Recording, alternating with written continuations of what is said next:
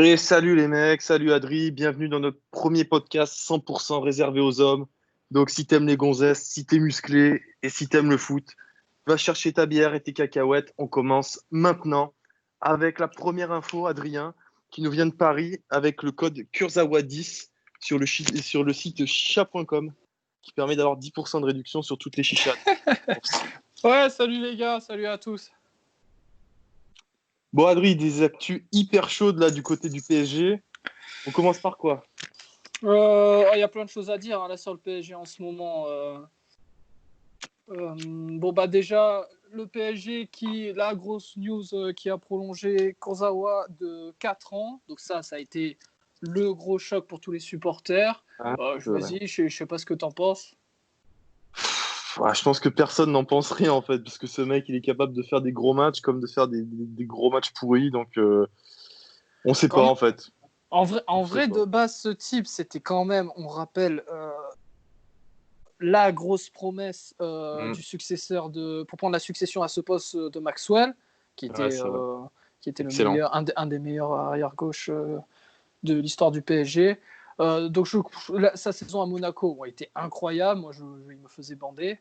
Donc la première année, je ne sais pas si tu te rappelles, bon, de toute façon, c'était convenu qu'il fasse des bouts de match, des parties de match, mais bon, qu'il apprenne avec Maxwell. Et après, Maxwell devait prendre sa, il devait prendre sa retraite l'année prochaine. Et c'était Kurzawa qui prenait le poste. Mais bon, jamais il a prouvé que c'était un titulaire indiscutable.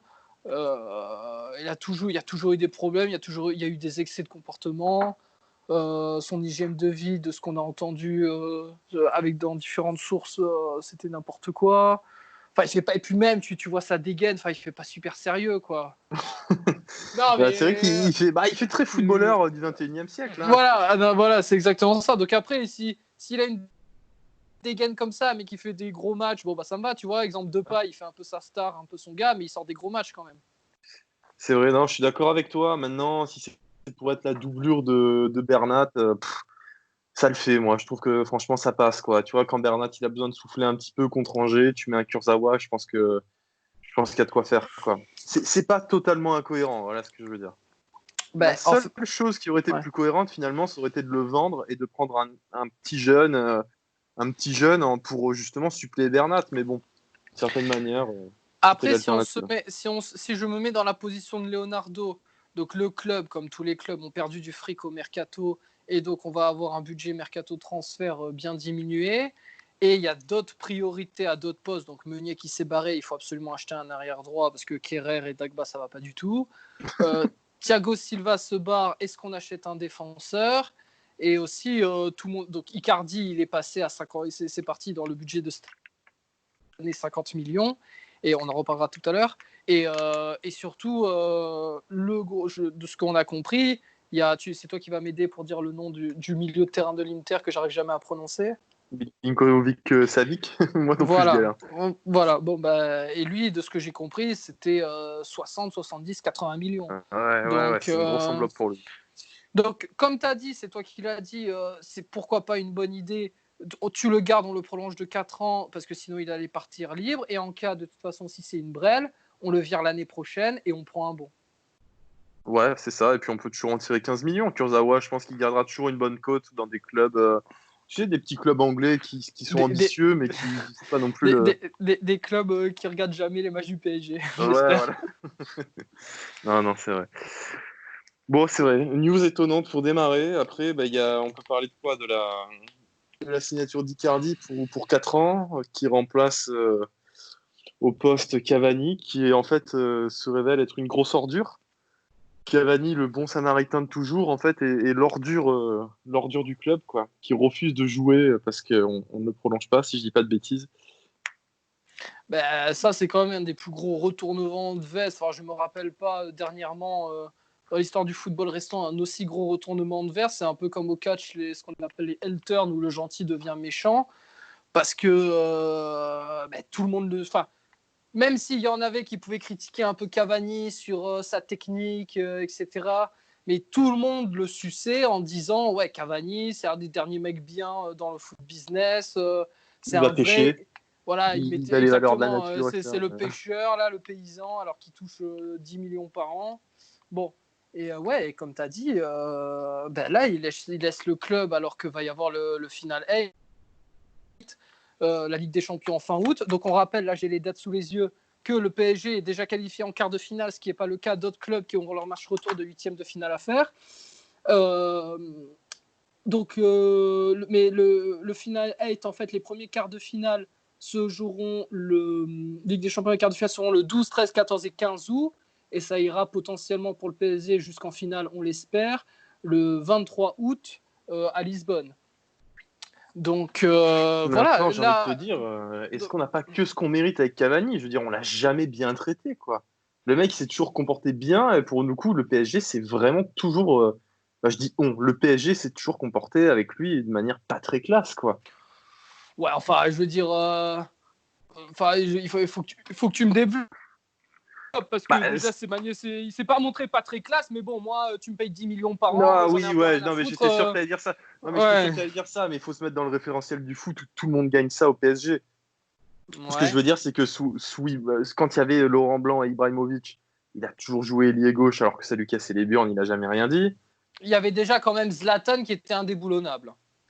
Oui, oui, ce que je veux dire, c'est qu'on n'a Voilà. jamais eu, on n'a jamais eu l'attaque à deux qui était normalement le fait pour lequel on l'avait acheté. On a acheté Cavani en lui disant tu vas jouer avec Zlatan. Et finalement, en Mm. fait, il s'est retrouvé dans une attaque à trois avec Lucas ou Lavezzi à droite. Donc en fait, il a joué comme un ailier, il n'a jamais rien dit. Et ça a toujours été un peu ça avec Cavani. Même je me souviens quand il avait battu le record du club, on lui avait donné une coupe en plastique pour le remercier. Enfin, franchement, c'était grotesque. Ouais. Ouais, mais bon, alors, après, ce que je vais dire, c'est que Cavani, bon, il a eu quand même une ou deux, c'est une ou deux, bon, une de sur deux, je sais pas, l'année de la remontada et l'année dernière, quand il n'y avait pas encore Icardi, où il était titulaire, où il était seul en attaque. Bon, le club n'a pas fait mieux, il n'a pas amené plus loin le club en Ligue des Champions, même si certains diront oui, mais pendant la remontada, il a marqué, etc. C'est le seul qui s'est un peu distingué. Ok, on est d'accord. Mais je veux dire, comment il s'appelle, Benzema au Real, là où on lui a acheté Jovic, là, 60 millions. Avant, il avait Higuain, avant, il avait Morata. Ronaldo, bon, il pouvait éventuellement jouer devant, mais je veux dire, c'est la concurrence. Hein. Après, là, je suis d'accord avec toi que peut-être le club aurait pu éventuellement le mettre dans des meilleures dispositions. Mais c'est la loi du football, hein. Il y a de la concurrence et il faut se manier le cul. Non, non, je suis d'accord, mais je dis pas qu'il se comporte super bien, mais je me demande si on n'a pas juste ce qu'on mérite, quoi. C'est tout. Après, moi, je lance un pavé dans la mare. De toute façon, moi, Cavani, je trouve qu'il est nul à chier, donc je vais pas y aller par quatre chemins. Je pense que c'est un gros boulet pour le PSG. Personne ne remarque, mais j'ai l'impression d'être le seul à le voir, mais ce mec handicape littéralement l'attaque du PSG. Il faut vraiment s'en rendre compte. Hein. Bah, Pour moi, c'est une très bonne nouvelle. Hein. en fait ouais, je sais que tu es de cet avis.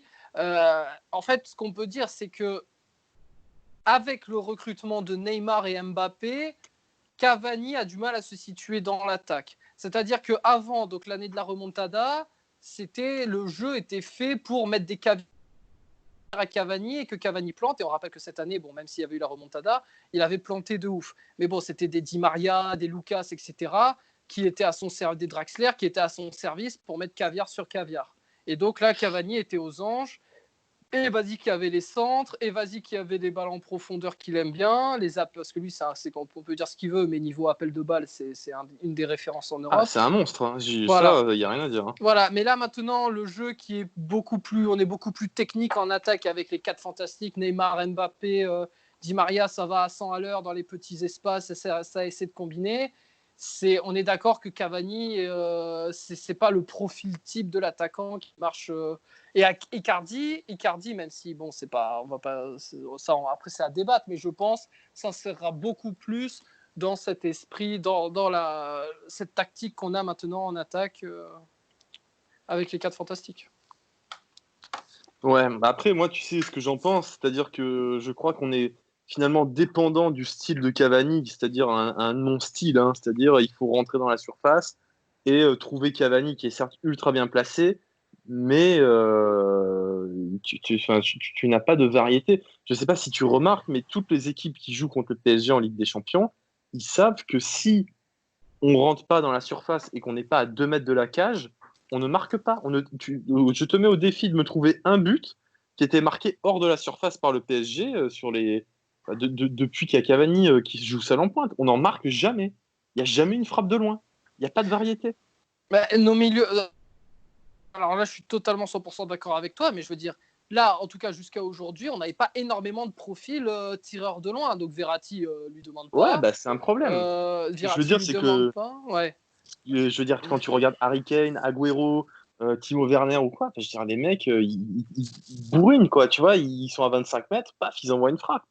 Mais alors, le problème là-dessus, c'est qu'on joue en Ligue 1 et que 100% des matchs, le PSG aura la possession et quasiment tous les joueurs du PSG, dont les défenseurs, seront dans la moitié adverse du camp, dans la moitié adverse chez l'adversaire.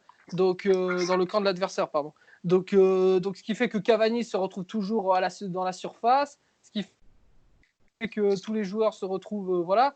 Donc, je veux dire, c'est pas un jeu, ça va pas. Enfin, je veux dire, cette possession dans le camp adverse est pas un jeu qui pousse à lancer des grosses frappes de loin, quoi, on va dire. Même si ça pourrait, Ah ça ouais, mais pourrait. je pense que c'est quelque chose qui a vraiment manqué au PSG, quoi.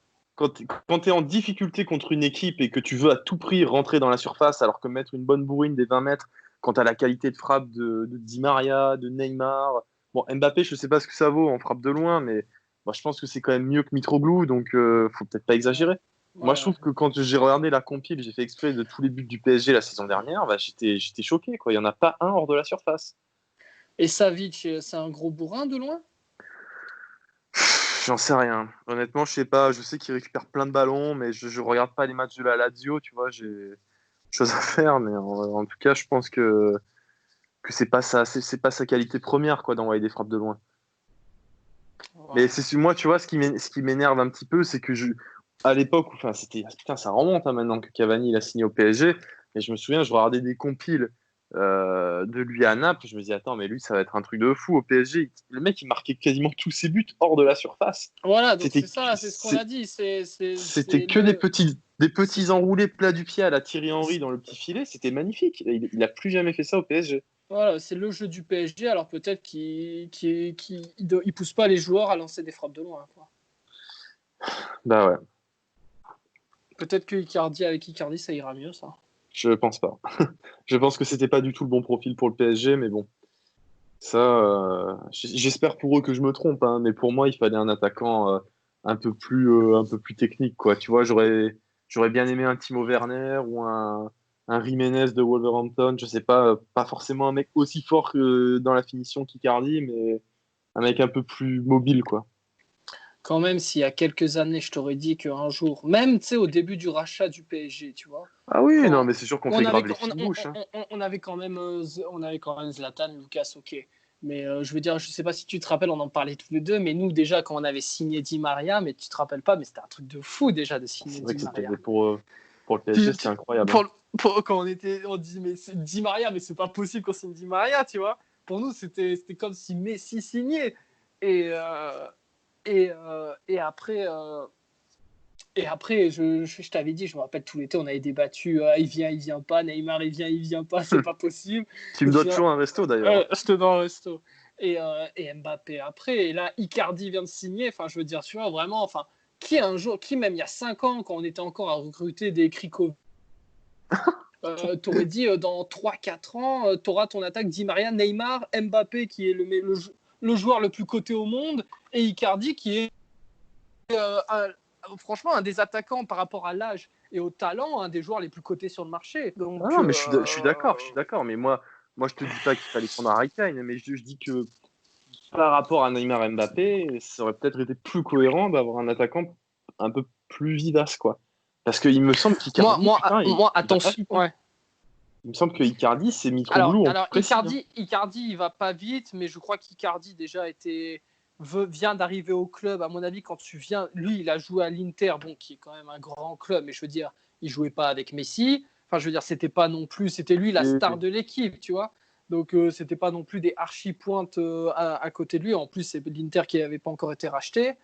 Moi, je trouve qu'Icardi, là, je peux aller sur sa fiche pour sa première saison, il a quand même, c'est quand même pas mal du tout. Il a débarqué au PSG, il sort d'une année catastrophique à l'Inter où il était plus sur les feuilles de match parce qu'il y a des problèmes de comportement, il y avait des blessures. Enfin, je vais pas rentrer dans les détails parce que je connais pas parfaitement le sujet, mais de ce qu'on avait compris, il sortait d'une saison catastrophique qui a fait qu'ils l'ont prêté au PSG. Et là, je vois quand même 23 titularisations pour 20 buts. Donc, je veux dire, 23 titus pour 20 buts pour une première saison, alors que tu n'as jamais joué avec des cadors comme ça. Et comme ça, je trouve qu'il s'en est pas vraiment mal sorti. Hein. Non, mais moi, je n'ai pas dit que ça en était mal sorti. Après, il y a quand même une période de disette assez importante qui était inquiétante.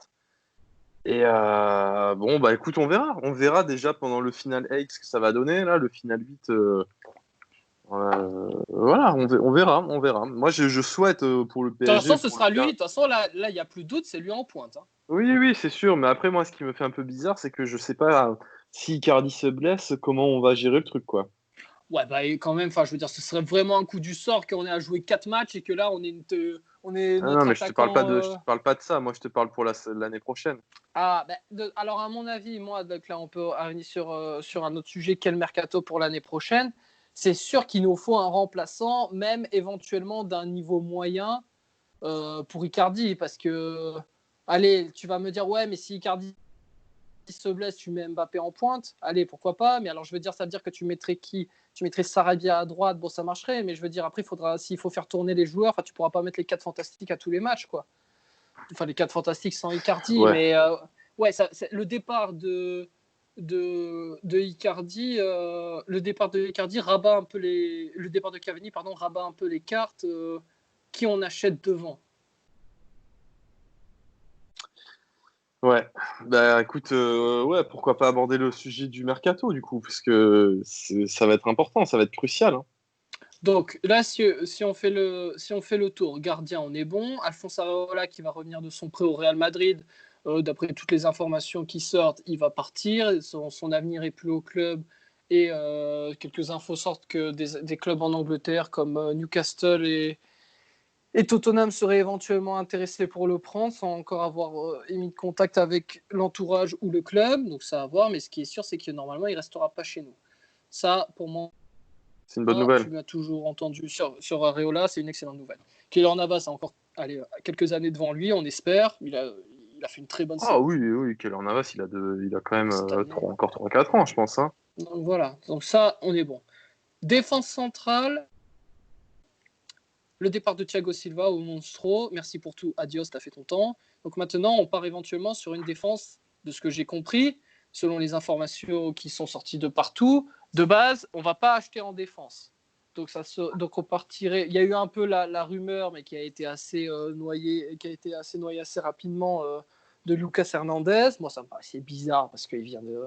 Enfin, je sais pas ce que tu en as pensé, mais moi, le mec, il vient de signer 80 millions au Bayern, un salaire astronomique, plus gros transfert de l'histoire du club. Ça me ferait bizarre quand même qu'il parte au bout d'un an, non?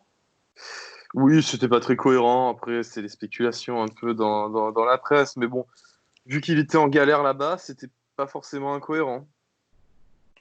Ouais, bah après, en fait, ils ont quand même du monde en défense.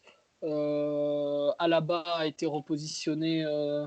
Alaba a été repositionné en défense centrale parce qu'ils ont le petit Davis, là, Alfonso Davis, le Canadien. Ah oui, qui est Une trop bonne, fort. une bonne tête de Canadien, oui.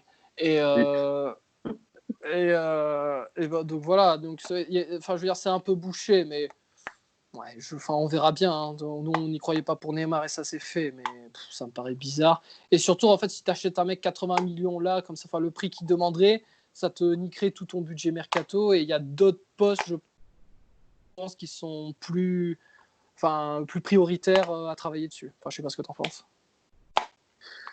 Non, non, carrément, t'as totalement raison. Sur ça, t'as bien raison. Mais après, c'est dur de se prononcer aussi du fait qu'on n'a pas l'enveloppe mercato, quoi. Hein. Ah si, normalement on a l'enveloppe. Après, normalement on a l'enveloppe, elle est sortie. Elle serait de 70. Allez, on peut grignoter dans les 80 millions Ah, max. d'accord. Ok. Bah, donc, Milinko, Savic, c'est tout. Voilà. Oui, non, mais tu dis Savic, allez, vas-y, on part sur du Savic, 60 millions, 70 millions qui te gratte la plupart de de ton budget. Tu fais comment pour un arrière droit? Bah, c'est là que normalement Leonardo il est censé trouver des mecs, tu vois, un petit coup à la Verratti, quoi. Un petit coup à la Verratti, un petit mec qui joue en série B, qui est super bon, tu vois. Je pense que c'est bien. Est-ce Je qu'on pense a. que c'est ce qu'il faut finalement. Ouais, mais après, Parce qu'en fait, le problème, c'est des qu'on a coups à la toujours la. Hein. Verratti. Maintenant, j'ai l'impression, tu sais, que des coups à la Verratti. Après, arrête-moi si je me trompe, hein, mais des coups à la Verratti, ça existe beaucoup moins, j'ai l'impression, dans le foot actuel. Parce qu'on part, comment il s'appelle là, celui où on n'en faisait que parler au PSG, qui jouait dans le petit club là en Italie, un milieu de terrain italien là. Tonali? Tonali, voilà. Donc lui, c'était soi-disant un petit coup à la Verratti, le PSG le voulait, etc.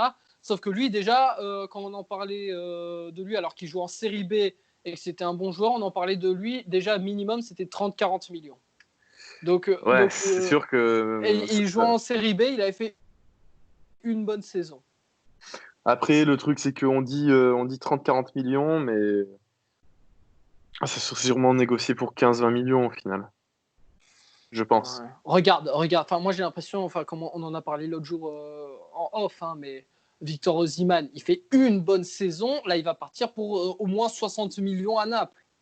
Enfin, je veux dire, maintenant, tu fais une bonne saison. Et en plus, le LOS, bon, ils ont fait une bonne saison, mais je veux dire, ils ont pas, c'est pas non plus la saison de Monaco où il y avait tous les super joueurs de Monaco. Enfin, ils ont fini combien? Ils ont fini troisième, je crois, LOSC, c'est ça? Euh... Non, c'est Rennes qui a fini troisième. Ils ont fini cinquième, je crois. Voilà, donc fini cinquième. Alors, je vais aller sur la fiche de Osimhen, mais je veux dire, il a pas. Bon, bref, et ben là, il part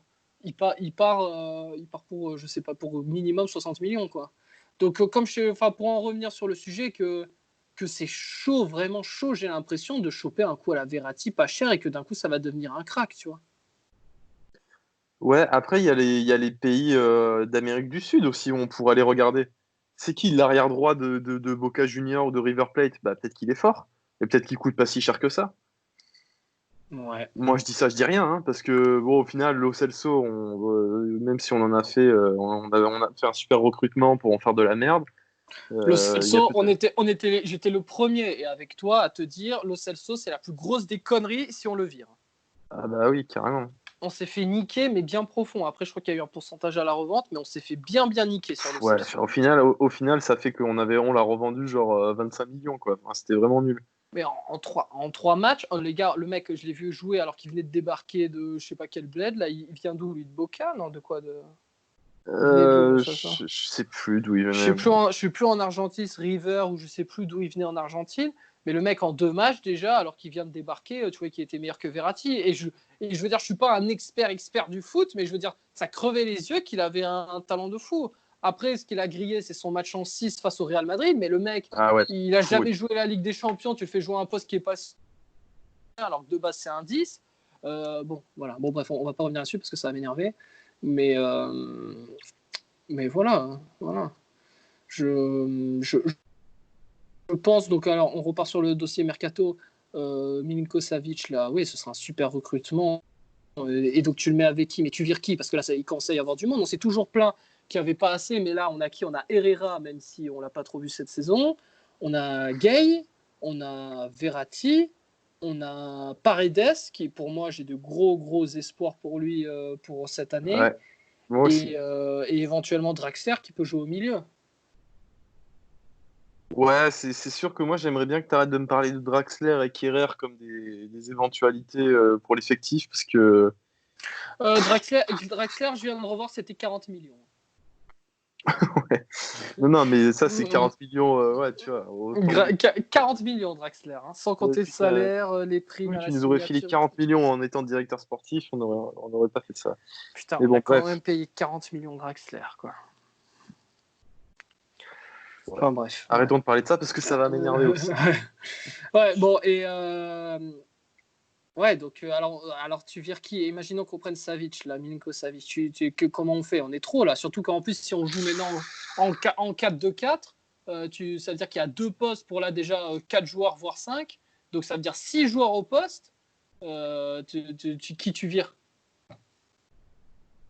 Il n'y a pas des rumeurs sur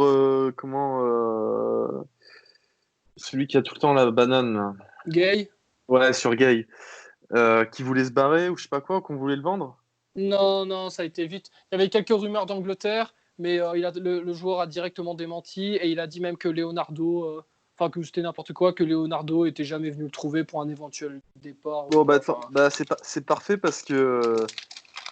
c'est parce que moi je le trouve super fort ce Gay. En fait, il a eu une petite période de moins bien, mais bon, on a fait tout un fromage. Je sais pas trop qui on pouvait virer parce que finalement Herrera on l'a pas payé. Donc on peut pas vraiment se dire. Après, ouais, quoi qu'on on peut revendre Herrera, mais je crois qu'il est un peu vieux. Moi, tu sais, enfin, je vais dire un truc là. Tous ceux qui vont nous écouter, ils vont dire OK, ils sont trop cons. Surtout Paul, c'est le plus con, mais Verratti, enfin, moi, je veux dire, ce type, enfin, pour moi, c'est comme Cavani, quoi. C'est vraiment un vice caché, quoi. Personne ne se rend compte que Verratti, il pourrit le PSG. Enfin, pour moi, il est extrêmement bon techniquement, il n'y a aucun souci, mais au niveau de son attitude, de l'aura qu'il a, pour moi, il est extrêmement néfaste au PSG. Moi, s'il y en a bien un qui a une grosse valeur marchande et que j'ai envie de dégager, c'est lui.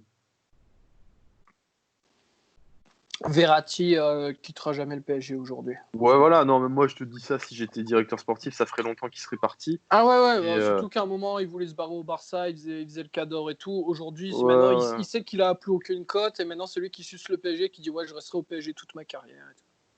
Avec son salaire, son hygiène de vie, tout le monde sait qu'il sera cramé dans 3-4 ans max. Il dépassera jamais les 30 ans à un haut niveau.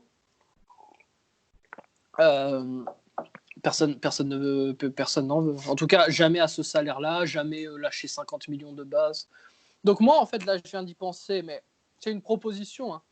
Mais comment régler un peu tous les problèmes, et si j'étais Tourelle, c'est ce que je ferais, c'est t'oublies le 4-4-2 et tu repars sur un bon 4-3-3. Ce qui fait que, et là, ça pourrait aussi faire fonctionner, et même là, tu n'as même pas forcément de besoin de virer des gens. Donc là, je te dis juste l'équipe titulaire. Hein. Donc là, tu mets les 4 en défense, donc Bernat, Marquis, Pembe, un mec à droite. S'il vous plaît, pas qu'on achète un mec à droite, parce que j'imagine ni Kerrer ni Dagba dans une équipe titulaire. Et là, tu me mets un truc à 3 avec Gay, Savic, donc un chien, un mec qui va casser des jambes, et Verratti pour mettre les caviars. Et c'est bien parce qu'à mon avis, avec des travailleurs comme Gay et Savic, il aura, enfin, je veux dire, ses carences, ses déficits en athlétique, etc., se verront moins et seront compensés par le travail des deux autres. Et après, tu me mets une attaque Icardi, Neymar, Mbappé. Bon, Di Et Di Maria est plus. Maria. Et Di Maria, du coup. Parce que moi, si c'est pour faire ça, autant mettre Di Maria à la place de Verratti dans le milieu à 3. Hein. Ça, c'est vite vu. Je suis pas loin d'être d'accord avec toi. On rappelle que l'année du premier titre là, avec Ancelotti, La décima. la décima au Real Madrid, Di Maria jouait en 10, pardon, en Euh, 8. Di ouais, Maria jouait en 8 et Gareth Bale était devant et que Di Maria à ce poste-là, c'était pas loin du niveau Ballon d'Or. Hein. Enfin, franchement, c'était exceptionnel hein, comme joueur. Ouais, donc en fait, tu repositionnes Di Maria dans un Ah rôle un peu bah, plus central. bah oui, bah oui, Ouais, mais carrément. alors si tu fais ça, tu vires Verratti. Mais alors le problème, c'est que là, on parle comme si on était dans Football Manager. Mais en vrai, c'est que je sais pas avec les statuts de l'équipe si tu peux dégager Verratti comme ça. Di Maria, je pense, tu peux un peu plus parce qu'il est plus vieux. En attaque, il y a beaucoup de concurrence, donc tu peux le mettre sur le banc. Je pense qu'il râlera pas. Mais après, moi aussi, hein, je te dis, ça me fend le cœur de me séparer dans l'équipe titulaire d'un mec comme Di Maria. Hein. Bah, c'est pour ça, parce qu'il mérite pas. Hein. Honnêtement, il a été assez indispensable. Donc non, non, moi, j'ai pas envie de punir Di Maria au profit de l'immonde Neymar, parce que moi, je l'aime pas du tout, Neymar, au Non, de final. Verratti, là, si on en parle. Non, Non, non, mais non, mais moi, je te parlais en attaque. Neymar, tu peux pas. Neymar et Eh Mbappé, oui, soyons honnêtes, je tu sais, peux pas je les, tu sais, peux pas les virer. je sais, mais après, on sait pas si Neymar va rester. Enfin, moi, je mettrai pas ma main à couper que Neymar va rester. Donc, déjà, ça Moi, je, change la donne déjà pour l'autre, là, pour Di Maria. moi, je mets, Mais moi, je mets non seulement ma main, mais je mets mes couilles à couper que Neymar non seulement partira pas, mais ira minimum jusqu'au bout de son contrat et ça m'étonnerait pas qu'au cours de cette année, il prolonge. Bah ok, bah après, pourquoi pas, hein, ça reste Neymar, mais c'est juste que je trouve ça dégueulasse. Je pense que c'est grave. Qui peut acheter aujourd'hui Neymar parce que le PSG fait bien. Le PSG, en fait, dans Ouais. sa communication, dit ok, tu veux te barrer, des gens veulent acheter, pas de problème. Ce sera minimum 150 millions. Et ce sera, là on parlait, j'ai eu encore un article aujourd'hui, c'est 170 millions. Et on veut pas de combine, joueurs échangés, je sais pas quoi. Quelqu'un vient poser 170 millions et paye ton salaire, et ben voilà, bonne chance, tu te casses. Sauf que le problème, c'est qu'il n'y a aucun club au monde qui le veut, sauf le Barça, parce que c'est Messi, etc., c'est la bande de copains. Sauf que le Barça, soyons réalistes, ils ont plus un rond. Ils ont plus un rond. Et là, on s'est rendu compte, et là, même leur réputation, le président Bartomeu et tout, ils se sont fait éclater. En fait, on s'est rendu compte que l'échange à la con Arthur Pjanic, qui a aucun sens footballistiquement pour eux, en tout cas dans leur sens, c'est en fait on s'est totalement rendu compte que c'était juste pour rééquilibrer les comptes par rapport au fair play financier et que en fait ça, comment dire, le transfert sera compté comme un revenu pour l'année 2019-2020 et ça permet en fait de boucler l'année avec des revenus qui sont pas trop dans le rouge. C'est juste pour ça. Et moi, je te l'avais dit dès le début, alors que les infos n'étaient pas sorties, que c'était une combine financière. Je t'ai dit, donc on savait pas encore les infos exactes, mais je t'ai dit, ça a tellement aucun sens footballistiquement et avec des prix mais hallucinants, genre Pjanic 60-70 millions, Arthur 80 millions, alors qu'il a quasiment jamais touché un ballon de sa vie. Ça avait aucun sens. Et moi, je te dis, c'est une grosse combine de la grosse mafia du foot, des vieux clubs, là. Et ils font que critiquer PSG, City, parce que soi-disant ça magouille et tout, mais eux, c'est les plus gros magouilleurs de l'histoire. Et ce transfert le démontre totalement. Non, c'est ça. C'est vrai. Non, bah t'as raison. Mais au final, on est en train de dire qu'on va punir Di Maria, alors que le mec, il a été complètement irréprochable, quoi. Ouais. Donc, faut voir. Moi, je suis donc partisan de mettre Verratti sur le banc, qui mérite rien d'autre, et de mettre Di Maria en 8, enfin, on va dire 8 et demi, parce que c'est un 8 encore plus offensif, Tu qui est penses que son Di poste de... Maria, aujourd'hui, il a encore quand même la caisse pour jouer 8? Bah, je sais pas, mais moi, je pense que c'est... peut-être dire un truc de footix, mais il me semble que c'est quand même moins fatigant de jouer 8 que de jouer ailier. Putain, Ouais. ailier, c'est tendax, hein, quand même. Hein. Faut dire Après, Elia, on va dire faut qu'il y a aussi généralement plus, il faut aller un peu plus au combat.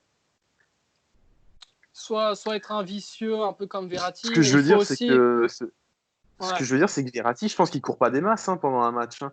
Moi, si je Alors, le mets, c'est pour passer Verratti, donc alors, c'est pour alors, alors courir 200. Verratti, bien sûr, on peut lui dire, on l'a déjà rappelé, tous ces défauts qu'il a. Mais une chose qu'on ne peut pas dire de Verratti et qui, pour moi, lui, est un des meilleurs d'Europe, c'est sa capacité à ce que le ballon lui colle au pied et la difficulté pour les autres joueurs de l'équipe adverse de lui prendre le ballon sans faire Je, faute. je pense que Di Maria est meilleur que lui, hein, pour ça. Et surtout que Verratti aussi régale souvent, et ça c'est quand même un plus, je trouve. Verratti a quand même une faculté clairement au-dessus de la moyenne de sortir les ballons dans les gros matchs, de sortir les ballons proprement quand c'est dans notre surface et qu'on récupère la balle. Beaucoup de gens dégagent loin et en fait ça sert à rien. Verratti quand même a cette faculté à pas se caguer dessus, à pouvoir enchaîner, même si une ou deux fois, à mon avis, un jour ça va nous porter défaut et il va se prendre la balle et on va se prendre un but. Mais quand même, lui, ce que j'aime beaucoup chez lui, c'est cette capacité à sortir proprement de notre défense quand c'est chaud chez nous et de partir et d'être le piston de lancement pour une contre-attaque. Oui, oui, non, mais de toute façon, j'ai jamais dit que Verratti était nul. Je dis juste que dans la logique des choses, s'il y en a bien un qui mérite de jouer, c'est Di Maria, et je vois pas pourquoi il jouerait plus. Et moi, je vois pas en quoi Verratti mérite plus que Di Maria, c'est tout.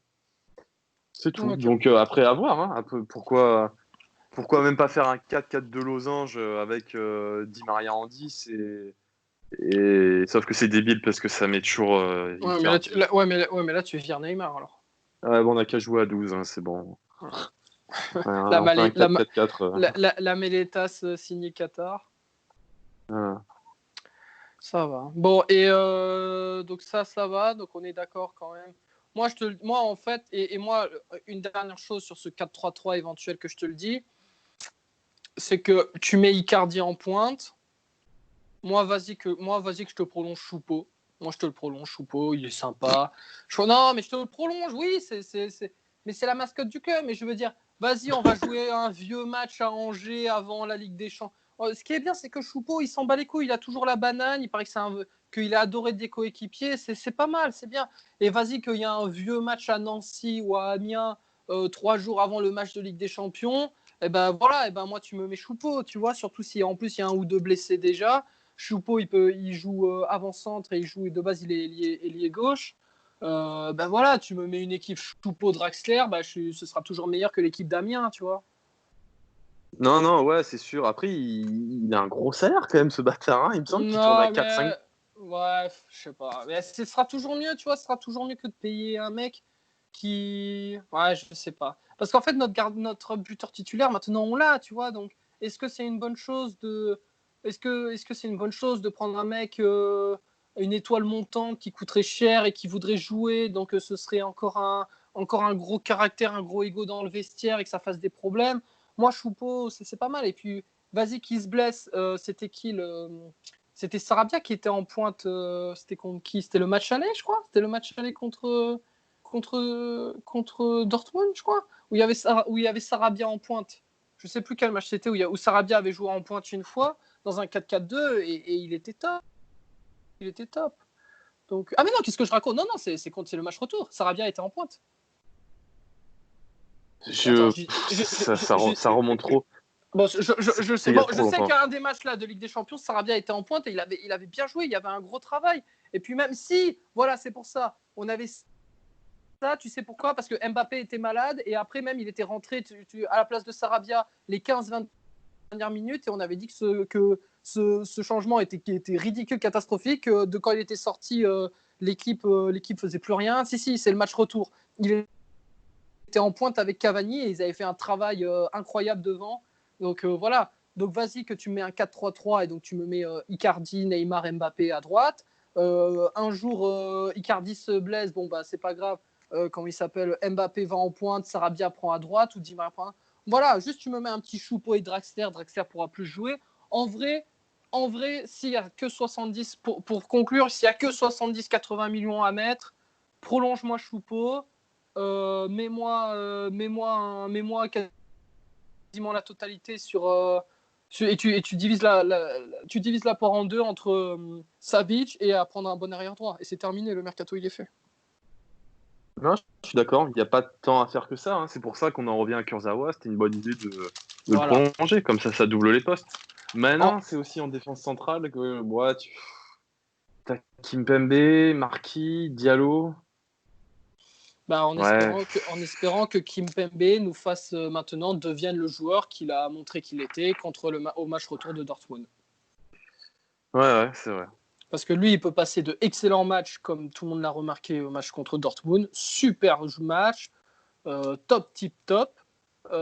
Et aussi, il est La passé grosse comme quiche, cette ouais. année à des mèmes sur Kimpembe meilleur buteur, etc. Donc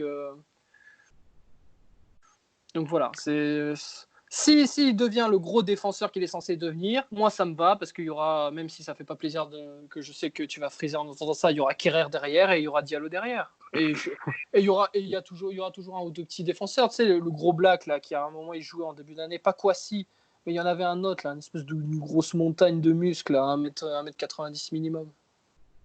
Je sais plus.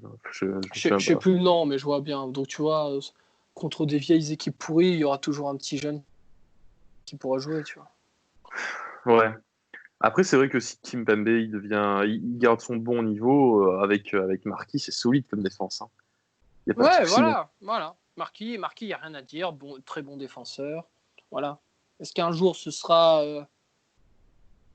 un excellent? Est-ce que ce sera un excellent un jour à devenir à la Ramos ou quoi? Je sais pas. Mais pour l'instant, c'est un des meilleurs défenseurs d'Europe.